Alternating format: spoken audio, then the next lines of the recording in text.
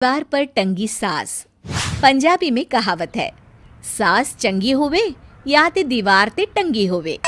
संगीता की शादी भी एक ऐसे ही घर में होती है जहां उसकी सास दीवार पर टंगी होती है।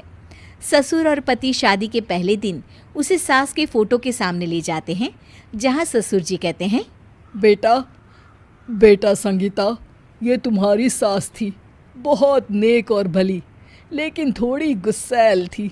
गुस्सा आने पर सब तहस नहस कर देती थी, पर अब ये इस दुनिया में नहीं है। हाँ संगीता, माँ होती तो तुम इनकी कोई बात टाल नहीं सकती थी, वरना तो माँ घर में भूचाल ले आती। संगीता मन में खुश होती है कि अच्छा है कि ऐसी औरत अब इस घर में नहीं है, लेकिन दिखावे के लिए वो जैसे ही सास की फोटो के सामने हाथ जोड़कर खड़ी होती है, ये क्या? सास उसे देखकर मुस्कुराने लगी। संगीता आंखों को मलकर एक बार फिर से देखती है, लेकिन फिर सास के चेहरे का भाव, भंगिमा यानी एक्सप्रेशन बिल्कुल बदले होते हैं।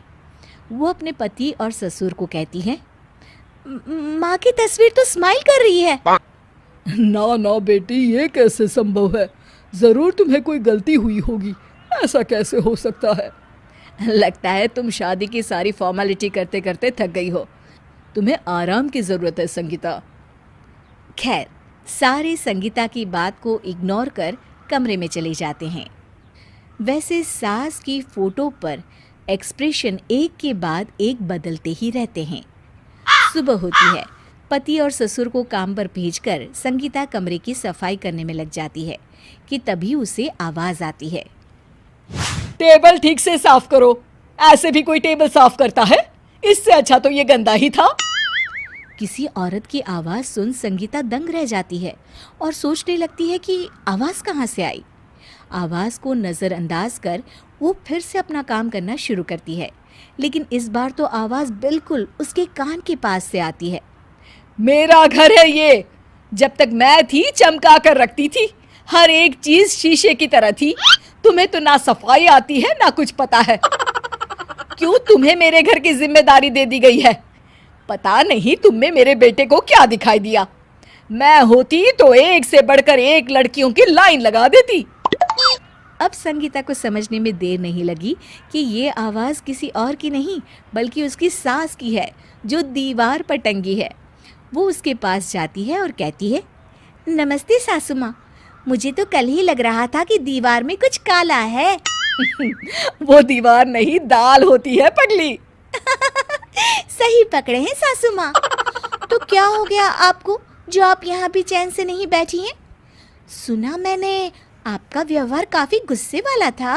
चुप रह तू, ज्यादा बकर बकर ना कर। घर का काम करना तो आता नहीं, आई है मुझसे बहस करने। हाँ देखिए सासू माँ, मैं आपसे साफ साफ कह देती हूँ, मुझसे पंगा लेने की कोशिश मत करिएगा। तभी पीछे से संगीता का पति आता है। अरे संगीता, किससे बात कर रही हो? कौन है वहाँ? संगीता की सास की फोटो फिर से पहले जैसी हो जाती है। आपकी माँ से कह रही थी कि मुझे काम करना आता। अरे संगीता, माना सास के ताने हर बहू को अच्छे लगते हैं, लेकिन यहाँ तो माँ है ही नहीं, तुम तो फोटो से ही।